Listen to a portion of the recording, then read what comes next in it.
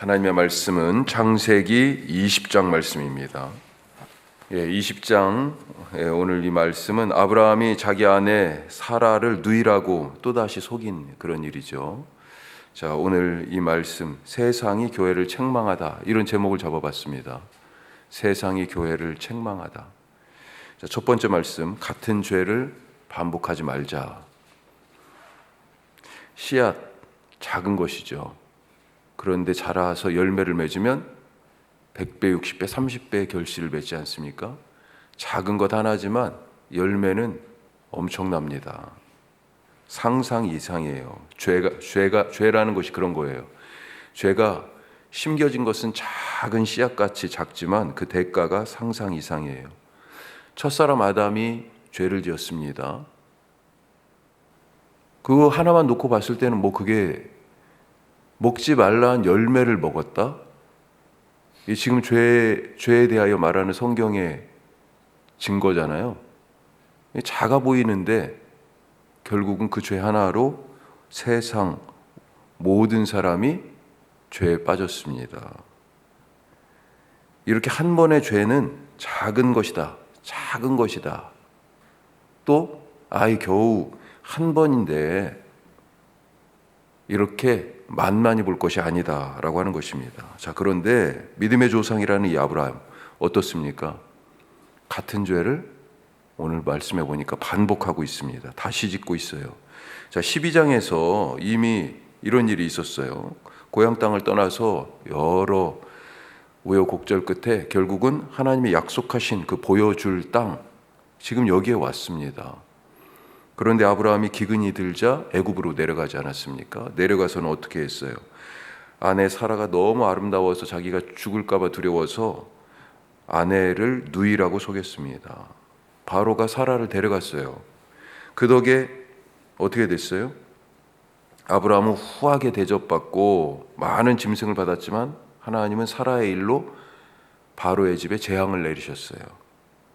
깜짝 놀란 바로 아브라함을 책망하면서 사라를 되돌려 보냈습니다.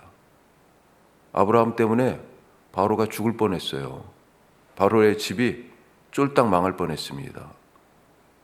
자, 그로부터 20년 정도가 지금 지났습니다. 20여 년이 지난 거예요. 이번에는 어디로 내려갔냐? 그랄로 내려갔다. 오늘 말씀에 그렇게 되어 있습니다. 그랄, 남쪽으로 쭉 더 내려왔어요. 아마도 유목민이었으니까 짐승이 먹일 그 풀을 찾아서 양떼를 몰고 또 이동했던 것 같아요. 지금 여기 창세기를 읽어보면 아브라함이 약속의 땅에 왔는데 또 어디로 가지? 또 옮기고 이런 장면들이 계속 나와요.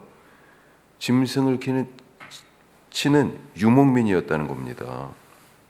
자, 그랄로 먹을 것을 찾아서 짐승들을 데리고 이동합니다. 하지만 여기서도 아브라함은 그랄 왕 아비멜렉에게 자기 아내 사라를 누이라고 속였습니다. 자, 그런데 12절에 보면 뭐라고 돼 있어요? 사라와 아브라함의 관계가 결혼하기 전에 근본적으로 이복 누이다, 이렇게 표현되어 있네요. 이복 누이예요. 이게 완전히 거짓말은 아니다.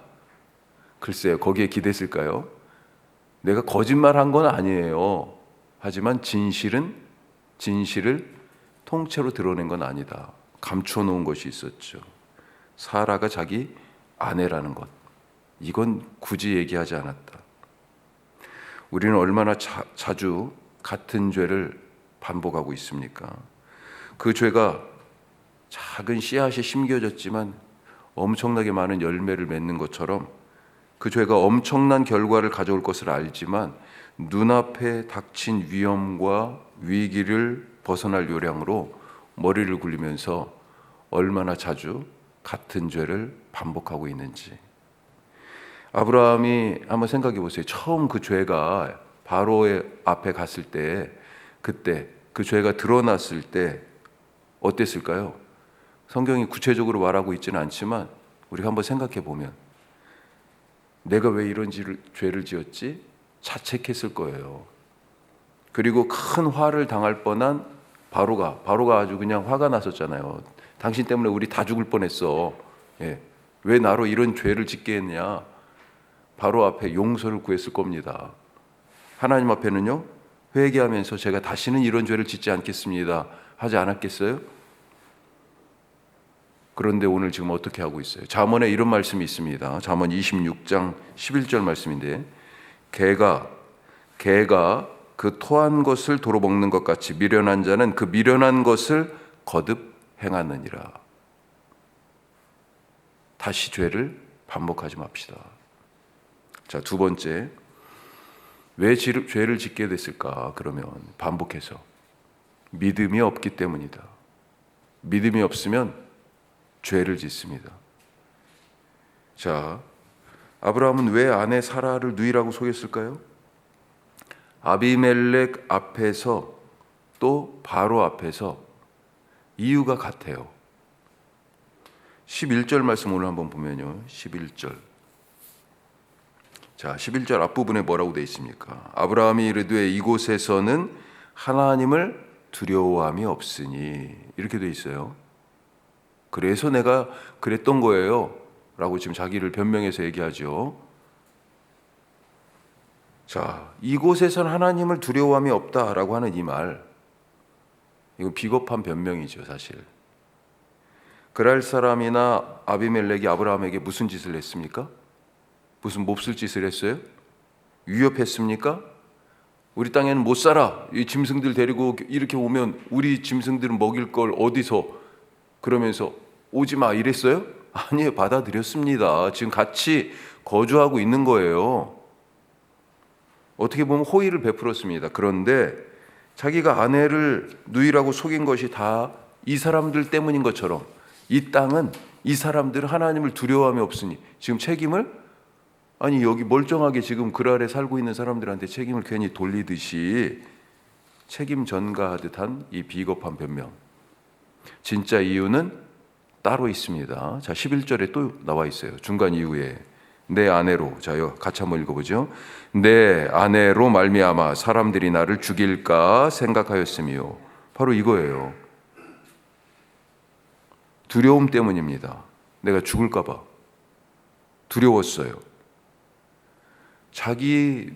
내가 죽을지도 모른다, 저 사람들이 나를 죽일 수도 있겠다라고 하는 이 두려움은 어디에서 이런 두려움이 왔습니까? 하나님을 믿지 못했기 때문이에요. 하나님의 약속을 믿지 못했습니다. 하나님은 땅과 자녀에 대한 약속을 하시면서 고향 땅에서 아브라함을 불러내셨어요. 너로 큰 민족을 이루게 하겠다. 내가 너에게 보여줄 땅이 있다. 그리고 지금 그 땅에 와서 살고 있습니다. 자녀에 대해서 약속하신 게 한두 번이 아니에요. 큰 민족을 이루겠다라고 말씀하시고 불러내신 다음에 그 땅에 와가지고요, 동서남북을 바라보라 말씀하셨어요. 네가 보는, 네 발바닥으로 밟는 이 땅 다 내가 주리라. 15장에서는요, 자녀에 대한 약속을 더 확인하시는데, 이 아브라함이, 이 하나님이 분명히 약속하셨는데 더 이상 아들을 낳지를 못해요. 그러니까 어떻게 했어요? 인간적인 방법을 쓰잖아요. 어려서부터 키운 종을, 여기 내 상속자가 될 겁니다. 하나님이 아니다 라고 그랬습니다. 네 몸에서 날 자가 상속자가 되리라. 분명히 다시 얘기하세요. 16장을 지나서 17장에 가면 99세 때 하나님이 전능한 하나님으로 나타나십니다. 그러면서 아브라함 이름을 바꿔주세요. 원래 아브람이었는데 아브라함, 사레였는데 사라로 바꿔주시면서 모든 민족의 아버지, 모든 민족의 어머니가 될 것이다 약속하시고요, 사라에게 아들을 낳을 것이다 다시 또 얘기하십니다. 18장으로 또 가면요, 소돔과 고모라를 심판하러 가실 때 아브라함 집에 먼저 들으시죠. 그리고 나그네처럼 오신 이 하나님을 아브라함이 대접하는데, 이때 뭐라고 그래요? 하나님이 내년 이맘때 사라가 아들을 안고 있을 거다. 이게 지금 얼마 전 얘기입니다. 그런데 양떼를 지금 짐승들 이끌고 그랄로 목초지를 찾아서 내려간 이 그랄 땅에서 이 아내를 지금 뭐라고 얘기해요? 아내란 사실 지금 감추고 누인데요. 하나님의 약속, 내 자손이 하늘의 별처럼 바다의 모래처럼 땅의 티끌처럼 이렇게 큰 민족을 이룰 이 약속은 사라를 통해서 이루어질 것입니다. 그런데 사라를 넘기다니. 두려움의 원인은요, 이런 비겁한 행동의 원인은 믿음 없음이에요. 하나님의 약속을 믿지 못했어요. 하나님을 두려워하지 않으니, 하나님을 믿지 못하니 어떻게 돼요? 바로와 아비멜렉을 두려워하게 되는 것입니다. 자, 세 번째로 불신자에게 책망을 받고 있습니다. 지금 불신자에게 책망을 받아요. 오늘 믿음의 조상의 이 모습 어떻습니까? 보면서 아브라함 자랑할 만합니까? 막 창피하고 부끄러워서 얼굴이 후끈후끈거리잖아요. 우리 만약에 내 남편이 이러면 이거 믿고 살겠어요?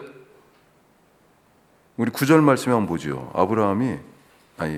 아비멜렉이 얼마나 답답하면 지금 뭐라고 그래요? 아비멜렉이 아브라함을 불러서 그에게 이르되, 같이 한번 해요. 읽어요. 내가 어찌하여 우리에게 이렇게 하느냐? 내가 무슨 죄를 내게 범하였기에 내가 나와 내 나라가 큰 죄에 빠질 뻔하게 하였느냐? 내가 합당하지 아니한 일을 내게 행하였도다. 지금 아브라함 놓고 막 지금 꾸중하고 지금 책망하고,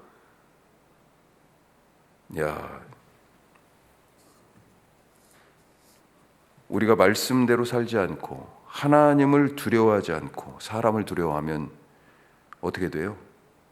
나 살자고 다른 사람을 지금 희생시키면 어떻게 됩니까?